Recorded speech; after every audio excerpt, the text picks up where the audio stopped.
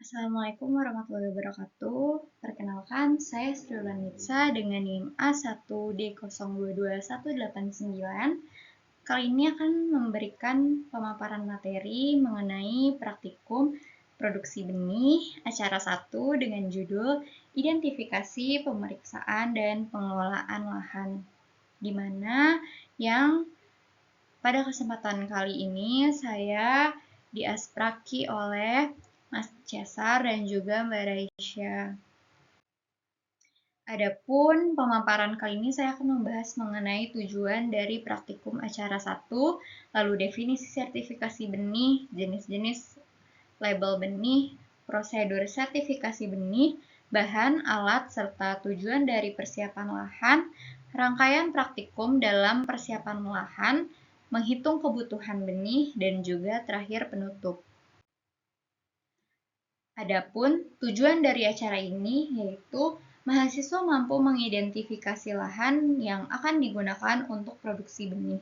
Selanjutnya, mahasiswa dapat melakukan pemeriksaan lahan produksi, lalu mahasiswa juga dapat memahami cara permohonan sertifikasi benih. Selanjutnya, apa yang dimaksud dengan sertifikasi benih? Sertifikasi benih itu sendiri merupakan suatu proses pemberian sertifikat kepada suatu sumber benih yang nantinya menginformasikan kebenaran mutu suatu benih yang dikomersilkan dengan jaminan mutu yang tinggi. Jaminan mutu yang tinggi tersebut baik dalam aspek kualitas, kuantitas, keamanan, kesehatan, bahkan kemurnian dari benih itu sendiri. Selanjutnya ada jenis-jenis label benih. Yang pertama ada label kuning, breeder seed atau benih penjenis, di mana benih ini merupakan hasil langsung dari proses pemulihan tanaman. Benih ini memiliki kemurnian yang paling tinggi dan merupakan benih yang memiliki sifat-sifat yang paling stabil. Namun, ketersediaannya belum mampu menjangkau pasar secara luas sehingga masih sangat terbatas. Selanjutnya ada label putih, foundation seed atau benih dasar, yang berasal dari berbanyakan benih penjenis. Kemurniannya juga masih cukup tinggi, namun di bawah level benih penjenis. Namun ketersediaannya sudah lumayan banyak dibandingkan dengan benih penjenis. Selanjutnya ada label ungu, stock seed atau benih pokok, di mana berasal dari perbanyakan benih dasar yang memiliki kemurnian yang masih cukup tinggi dan ketersediaannya yang sudah lumayan banyak bisa menjangkau pasar para petani. Selanjutnya ada label biru, certified seed atau benih sebar, di mana benih ini berasal dari perbanyakan benih pokok. Kemurniannya juga masih termasuk tinggi, namun di bawah taraf level benih pokok. Namun, benih ini sudah mampu menjangkau pasar-pasar yang sangat luas dan sangat banyak. Adapun di sebelah kanan merupakan contoh dari jenis-jenis label benih itu sendiri. Selanjutnya ada prosedur dari sertifikasi. Yang pertama, pemohon melakukan permohonan sertifikasi benih, di mana produsen benih nantinya akan mengajukan permohonan sertifikasi ke instansi yang berwenang, seperti contohnya Balai Pengawasan dan Sertifikasi Benih di suatu daerah tersebut. Selanjutnya dilakukan pemeriksaan. Pemeriksaan ini dilakukan setelah permohonan tersebut disetujui dan telah dilakukan verifikasi berkas-berkas yang diminta. Nantinya petugas akan melakukan sertifikasi dengan melakukan pemeriksaan lapangan pada tahap pertumbuhan tanaman yang terdapat di lahan. Selanjutnya ada pengambilan contoh dan juga uji laboratorium, di mana setelah nantinya tanaman dipanen, petugas nantinya akan mengambil contoh benih secara acak dari hasil panen tersebut.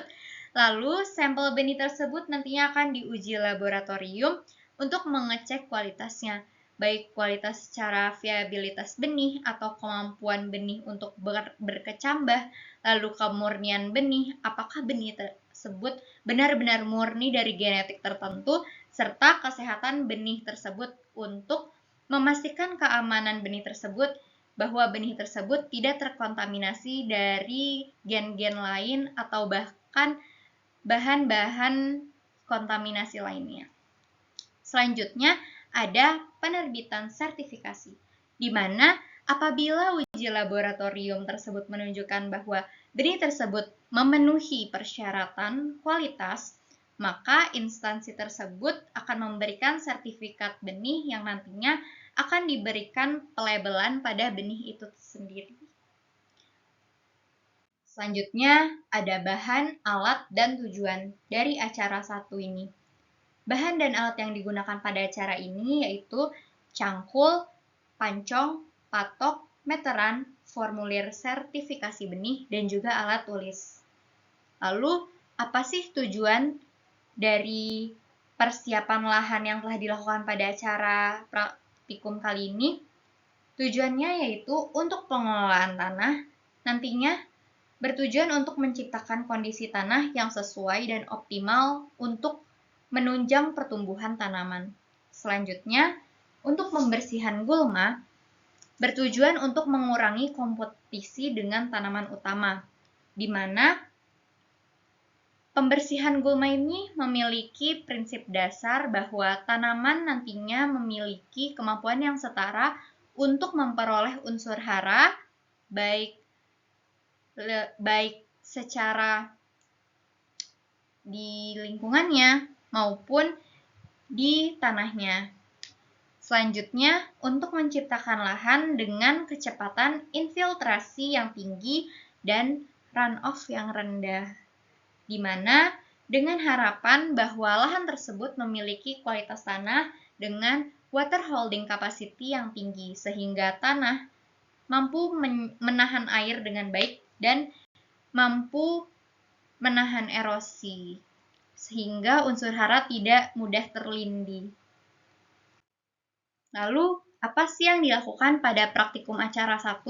Adapun rangkaian praktikumnya yang pertama terdapat persiapan bahan dan alat, di mana bahan yang digunakan yaitu lahan tanah dan juga pupuk dasar, dan alat yang digunakan yaitu cangkul serta pancong.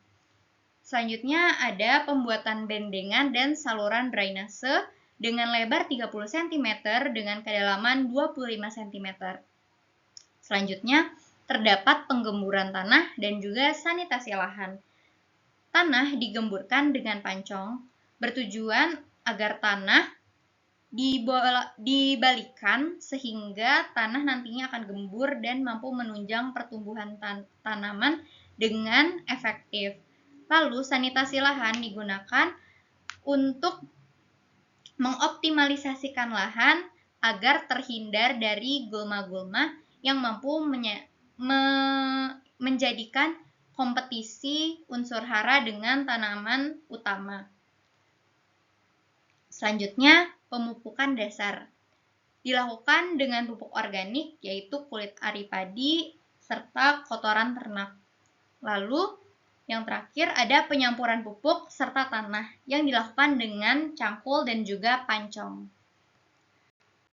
Adapun berikut adalah foto atau dokumentasi dari bendengan akhir yang telah dibuat. Selanjutnya adalah bagaimana sih caranya menghitung kebutuhan benih? Kebutuhan benih ini dihitung dengan rumus lubang tanam dikali benih per lubang dikali 100 dibagi daya kecambah. Mengapa hal tersebut harus dibagi dengan daya kecambah? Karena bahwasannya tidak semua benih itu memiliki daya kecambah yang optimal atau bagus, karena tidak semua benih yang nantinya akan dapat tumbuh dan berkembang dengan baik. Selanjutnya, lubang tanam memiliki rumus luas lahan dibagi dengan jarak tanam. Sebagai contoh, pada praktikum kali ini, lubang tanamnya memiliki luas lahan 1,2 dikali 15. Adapun jarak tanamnya yaitu 40 cm dikali 25 cm. Sehingga nantinya akan mendapatkan hasil 18 per 0,1 yang nantinya akan menghasilkan 180 lubang tanam. Lalu dimasukkan ke rumus kebutuhan benih, yaitu 180 dikali 3 benih per lubang dikali 100% per daya kecambahnya yaitu 85%. Sehingga menghasilkan hasil akhir 635 benih. Sekian yang dapat saya paparkan. Kurang lebihnya mohon dimaafkan dan terima kasih atas perhatiannya. Billahi taufiq wal hidayah. Wassalamualaikum warahmatullahi wabarakatuh.